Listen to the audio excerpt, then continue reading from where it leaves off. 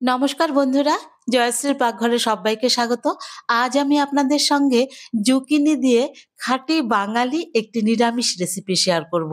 Zucchini কিন্তু এখন শহর থেকে গ্রাম সমস্ত বাজারে পাওয়া যায়।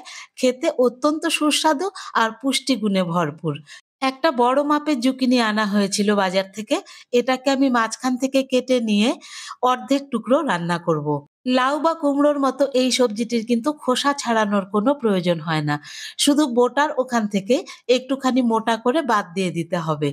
তারপরে যেমন খুশি শেপে কেটে নিলেই চলবে।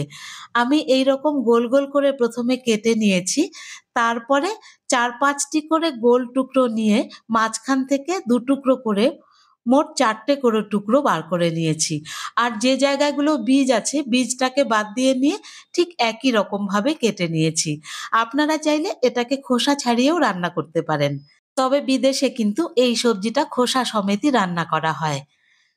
একটা পাত্রের মধ্যে নিয়ে জল বদলে, বদলে ২-৩ বার ভালো করে ধুয়ে নিয়েছি। এবারে গ্যাসের উপরে কড়াই চাপিয়ে কড়াইটা গরম হয়ে গেলে ৩ চামচ মতো সর্ষের তেল দিয়ে দিলাম। তেলটা ভালোভাবে গরম হয়ে গেলে এবারে ফোড়নে দিয়ে দিচ্ছি ২ খানা শুকনো লঙ্কা, ১/২ চামচ মৌরি, ১/২ চামচ ভাঙা ধনে আর ১ চামচ পাঁচফোড়ন।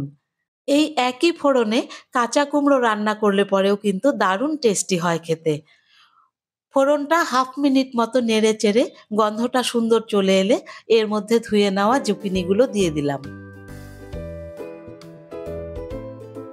দিয়ে দিলাম স্বাদ মতো লবণ, মানে ১ চামচ লবণ আর সামান্য একটুখানি হলুদ গুঁড়ো আর ১/২ চামচ পরিমাণে চিলি ফ্লেক্স। আমি এখানে কোনো গুঁড়ো মসলা ব্যবহার করছি না, সেজন্য ঝালের জন্য আমি একটুখানি চিলি ফ্লেক্স দিয়ে দিলাম। এবারে ভালো করে নেড়েচেড়ে লবণ, হলুদ আর চিলি ফ্লেক্সের সাথে মিশিয়ে নিয়ে ঢাকা দিয়ে হাই হিটে ৬ থেকে ৭ মিনিট ১ম এ কুক করতে দেব। এবারে ঢাকনা সরিয়ে আবার একটুখানি নেড়েচেড়ে উল্টে-পাল্টে নিচ্ছি। দেখুন সবজি থেকে কিন্তু বেশ জল বেরিয়ে এসেছে। আর এই জন্যই জুকিনি সবসময় হাই হিটেই রান্না করতে হয়। নেড়েচেড়ে নিয়ে আরেকবার ঢেকে নিয়ে আরো ৩ থেকে ৪ মিনিট একইভাবে রেখে দিয়েছিলাম। ফাইনালি এবার ঢাকনা সরিয়ে নিলাম। এবারে দেখুন জলটা কিন্তু বেশ কমে এসেছে। একবার একটু চেক করে নিচ্ছি সেদ্ধ হয়েছে কিনা। দেখুন সবজি কিন্তু একদম নরম হয়ে গেছে, তার মানে ভালো মতো সেদ্ধ হয়ে গেছে।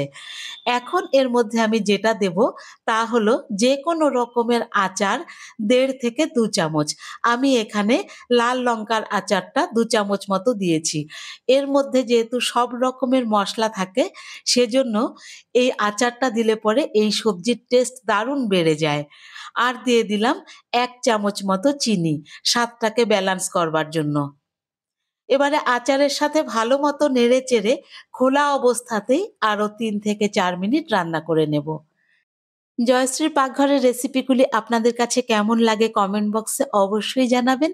আর চ্যানেলটিতে নতুন হয়ে থাকলে চ্যানেলটি সাবস্ক্রাইব করে আমার পাশে থাকবার অনুরোধ রইল। ৩ থেকে ৪ মিনিট খোলা অবস্থায় রান্না করবার পরে দেখুন তরকারির টেক্সচার।